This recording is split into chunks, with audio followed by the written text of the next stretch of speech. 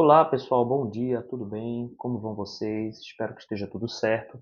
Bem, como vocês sabem, hoje, o dia 21 de novembro, é ponto facultativo na Universidade Federal Rural de Pernambuco e a gente pode fazer as nossas atividades que são permitidas pela universidade como atividades equivalentes, né?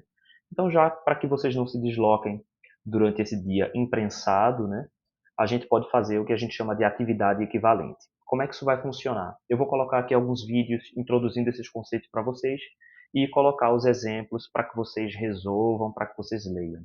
Certo? Então, hoje nós vamos completar o capítulo 5 do Griffiths, fazendo a seção 5.4, né, do Griffiths, H-I-S, certo? 5.4 do Griffiths, que trata sobre o potencial vetorial magnético. Então, por que essa função do potencial vetorial magnético é tão importante, né?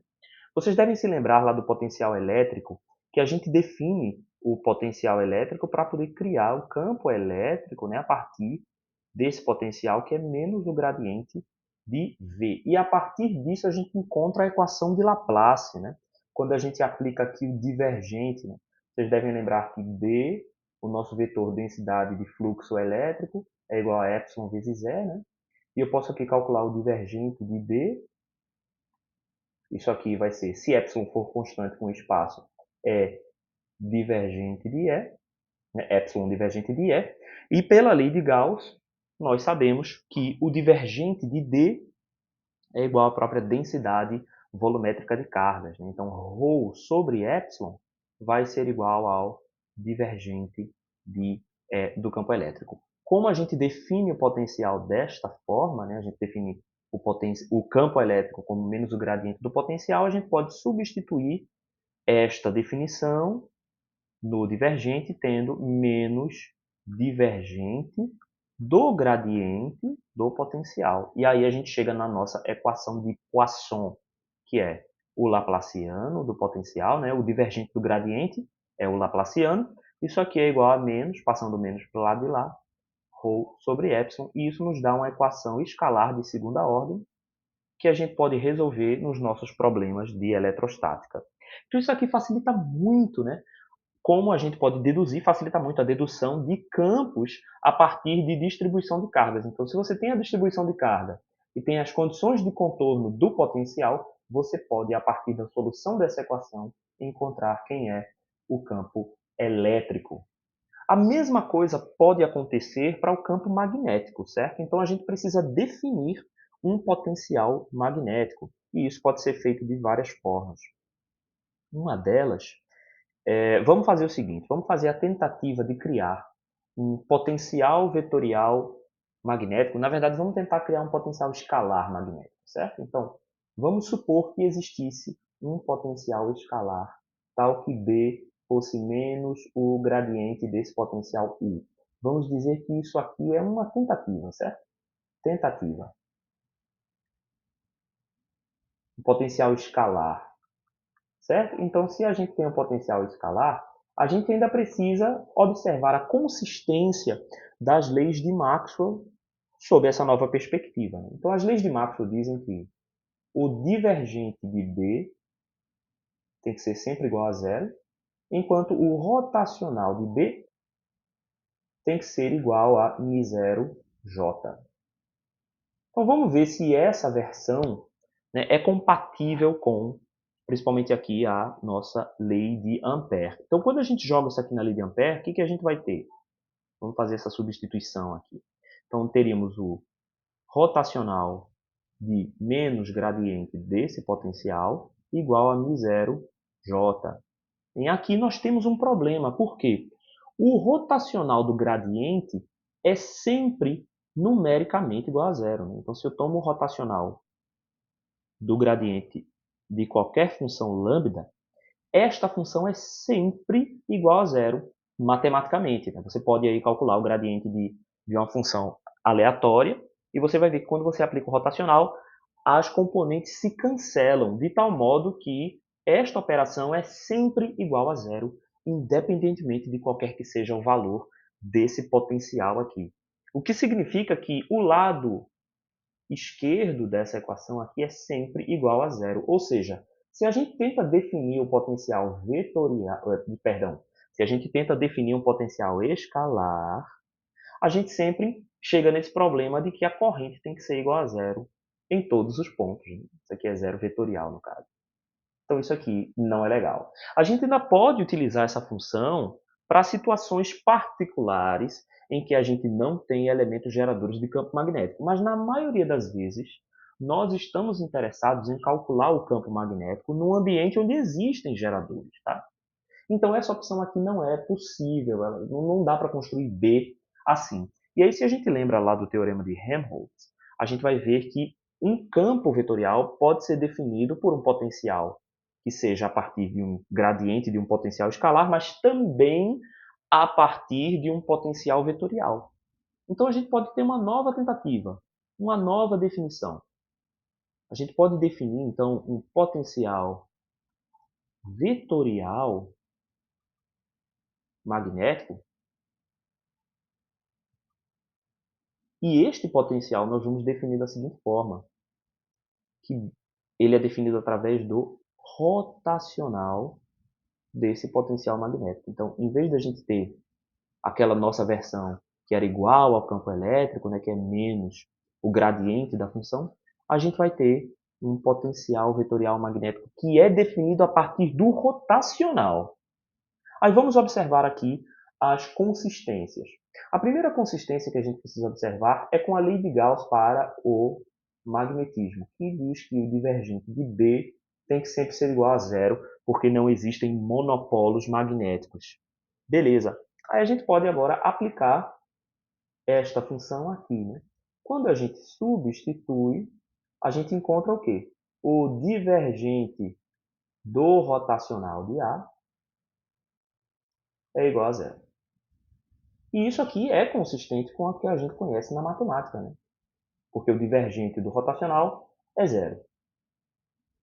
A outra função que nós temos é a lei de Ampère, que diz que o rotacional do meu vetor densidade de fluxo magnético tem que ser igual a μ0j na nossa versão eletrostática. Tá? Aqui em eletromagnetismo 1, a gente não considera a corrente de deslocamento, então essa é a forma que a gente trabalha nessa disciplina. Quando a gente faz agora a aplicação do rotacional nessa função, a gente vai ter que o rotacional do rotacional de A é igual a μ0j. Bem, esta função aqui, ao contrário da anterior, é completamente válida, ao contrário da versão que a gente viu lá na frente, né? Que essa versão aqui era impossível, mas essa versão aqui é completamente válida. E aí a gente pode se lembrar da nossa definição do Laplaciano vetorial. A gente tinha definido que o Laplaciano vetorial, né, de um vetor qualquer, era quem? O Laplaciano escalar é o divergente do gradiente. Né? O Laplaciano vetorial ele pode ser encontrado pelo gradiente do divergente menos o rotacional do rotacional de A. Certo? Então, aqui, a partir daqui, a gente pode encontrar uma versão para essa equação anterior se a gente substituir pelo contrário. Né? Vamos passar o rotacional do rotacional para lá e vamos passar o Laplaciano para cá. Então, a gente pode dizer também que o rotacional do rotacional de A é igual ao gradiente do divergente menos o Laplaciano vetorial de A. Beleza, então se a gente substitui naquela equação anterior, nessa equação que está circulada aqui em vermelho, a gente vai chegar à seguinte conclusão, que o Laplaciano vetorial de A, a gente pode colocar um vetor aqui, menos o gradiente do divergente é igual a menos μ0j. Beleza. Aí chegamos nessa forma que, se você está prestando atenção, parece muito com a equação de Poisson, né? A gente escreveu a equação de Poisson lá em cima, né? Cadê ela? Está aqui, né? Eu vou escrever ela lá embaixo para a gente ficar com ela na cabeça também. Então, deixa eu reescrever essa equação aqui. A equação de Poisson é o laplaciano escalar do potencial é igual a menos o campo gerador, né, que é ρ sobre epsilon. Veja como ela é semelhante aqui. Mas aqui nós temos um segundo termo, né, um termo que envolve o divergente de A nessa equação. E aí a gente tem uma boa notícia para vocês. Esse termo aqui ele não é definido a partir da nossa escolha para o potencial. Né? Nós fizemos essa escolha para o potencial aqui, que B foi dado pelo rotacional de A, mas nós não definimos quem é o divergente de A. E a boa notícia é que isto é arbitrário. E aí o engraçado é que às vezes a gente acha assim, é arbitrário, como é que a gente pode escolher isso aqui, né? Que critério a gente usa? E pode parecer estranho, mas lembre-se que o potencial elétrico ele também é arbitrário, certo? Qualquer função do potencial que eu tenha calculado, né, o gradiente, eu posso somar uma constante, por exemplo, e o campo elétrico permanece o mesmo. Se eu tenho uma função, uma certa função potencial de R, a função potencial de R mais um potencial constante também soluciona a equação de Poisson, já que essa constante, quando eu jogo no Laplaciano, ela desaparece. A mesma coisa pode existir aqui nesse caso. Para qualquer função que eu escolha, uma componente que seja irrotacional. Ou seja, eu posso ter um certo potencial A de R e um outro potencial A de R mais uma função qualquer que seja irrotacional, por exemplo, uma função que seja dada por um gradiente de um potencial, e ambas satisfazem a equação que vocês estão vendo na tela. Então, é uma escolha livre que a gente tem com relação ao divergente de A.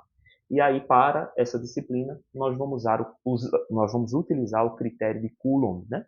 E o critério de Coulomb é para simplificar essa equação que diz que o divergente de A é igual a zero. Essa é a escolha mais simples e é a escolha que nós iremos fazer. Mas lembrem-se que essa é uma escolha arbitrária. A partir dessa escolha, nós chegamos à seguinte conclusão da forma que nós vamos utilizar para o potencial magnético, certo? E aí o potencial magnético, potencial vetorial magnético, será definido da seguinte forma. Ele é um campo A, tal que... Opa, campo A, tal que o rotacional de A seja igual ao próprio campo B e o divergente de A seja igual a zero. Nessas condições, a gente tem que o Laplaciano vetorial de A é igual a menos μ0j, e essa vai ser a equação de Poisson para o magnetismo. Uma coisa importante que a gente pode concluir a partir daqui é o seguinte. Esta equação aqui é bastante semelhante à nossa equação de Poisson para a eletrostática, né? Que é menos ρ sobre epsilon. E aqui a gente resolvia isso fazendo, né, o ρ e separando o v, por exemplo, em 3 dimensões. A gente tinha várias técnicas para resolver. Essa equação aqui é vetorial, que significa que eu tenho cada um dos laplacianos igual a cada uma das componentes. Ou seja, o laplaciano escalar da componente x do vetor A é igual a menos μ0 jx. Note que esse jx agora é uma função escalar, enquanto esse j aqui é a função vetorial completa. O laplaciano de AY, a componente y do vetor A, é igual a menos μ0 componente y do vetor j. E, naturalmente, né, o laplaciano de AZ, a componente z do vetor A, será menos μ0 jz. Então, antes, se na eletrostática nós tínhamos uma equação, agora na magnetostática nós temos 3 equações. Uma coisa interessante aqui é que, a partir da equação de Laplace, nós podíamos encontrar uma função para o potencial. Né? A gente tinha dito que, a partir da equação de Laplace, o potencial em uma determinada posição R podia ser calculado por 1 sobre 4π epsilon, integral de ρ R' sobre R, né, de tal linha. Certo? Esse R aqui sendo o vetor de deslocamento. Mas note que essas equações aqui elas são consistentes, são exatamente as mesmas equações. A gente só está trocando aqui V, estamos trocando V aqui por cada uma das componentes AX, né? E a constante menos 1 sobre ε pela constante menos μ0. Então, se esta equação aqui é válida, e a gente deduziu ela lá para a eletrostática, a mesma relação deve ser válida para cada uma dessas componentes. Então, a partir daqui, a gente consegue encontrar facilmente a expressão para o potencial. Então, o potencial, deixa eu colocar um pouquinho mais para baixo, o potencial A de R vai ser igual a quem? μ0 sobre 4π, né? Eu estou substituindo ε por μ0 sobre 4π, integral. Em vez de ρ, eu vou ter cada uma das três componentes, jx, jy e jz. Então, aqui, na minha versão vetorial, eu estou já com as três componentes juntas, né?